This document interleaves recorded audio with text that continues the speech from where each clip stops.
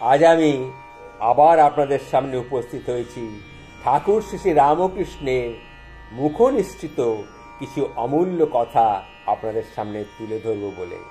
এই কথাগুলি কথামৃতের পঞ্চম খণ্ডের প্রথম পরিচ্ছেদের একটি অংশ। দক্ষিণেশ্বর কালীবাড়ি, সেখানে অমৃত এসেছেন, ত্রৈলোক্য এসেছেন এবং অনেক ব্রাহ্মভক্ত এসেছেন। তাদের সঙ্গে ঠাকুর কথোপকথন করছেন। ফাল্গুনের কৃষ্ণা পঞ্চমী তিথি বৃহস্পতিবার, 16ই চৈত্র, ইংরাজি 29শে মার্চ 1883 খ্রিস্টাব্দ। ঠাকুর মধ্যাহ্ন ভোজনের পর কিঞ্চিৎ বিশ্রাম করছিলেন।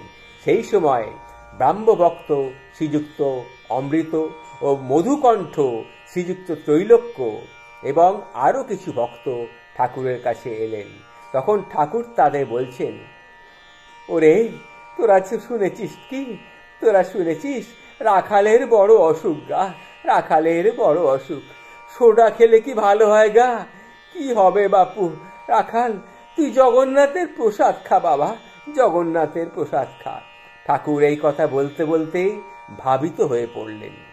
তখন সবাই বুঝল যে একদিকে কামিনী কাঞ্চন ত্যাগী সুধাত্মা বালক ভক্ত রাখাল, অন্যদিকে ঈশ্বর প্রেমে অহরহ মাতোয়ারা শ্রী রামকৃষ্ণের এই প্রেমের চক্ষু।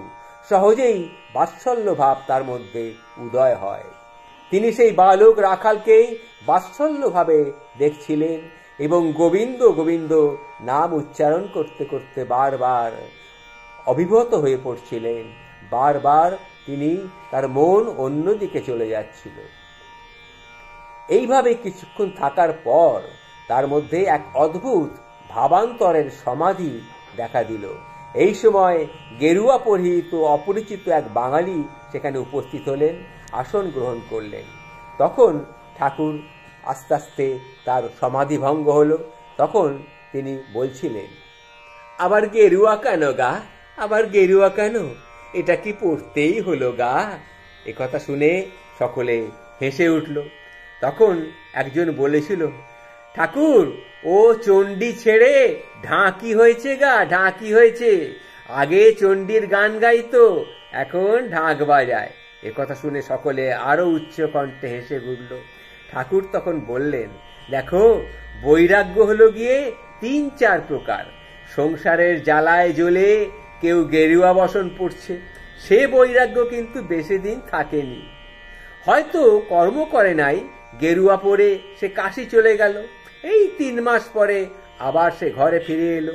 আমার একটি কর্ম হইয়াছে, কিছুদিন পরে বাড়ি যাইব, তোমরা ভাবিত হইও না।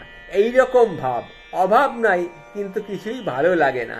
ভগবানের জন্য একলা একলা সে কাঁদে, সে বৈরাগ্য হলো গিয়ে যথার্থ বৈরাগ্য।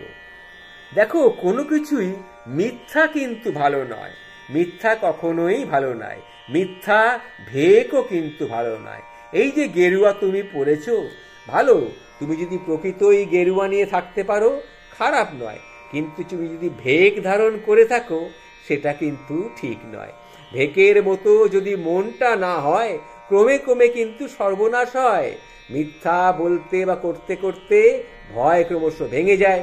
তার চেয়ে বরং এক কাজ করো না, সাদা কাপড় পরা অনেক ভালো।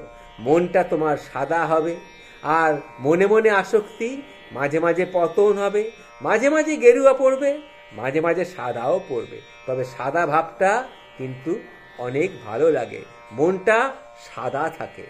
এমনকি যারা সৎ অভিনয় করতে করতে তারা কিন্তু আবার সেদের সৎ পথেও চলে আসে।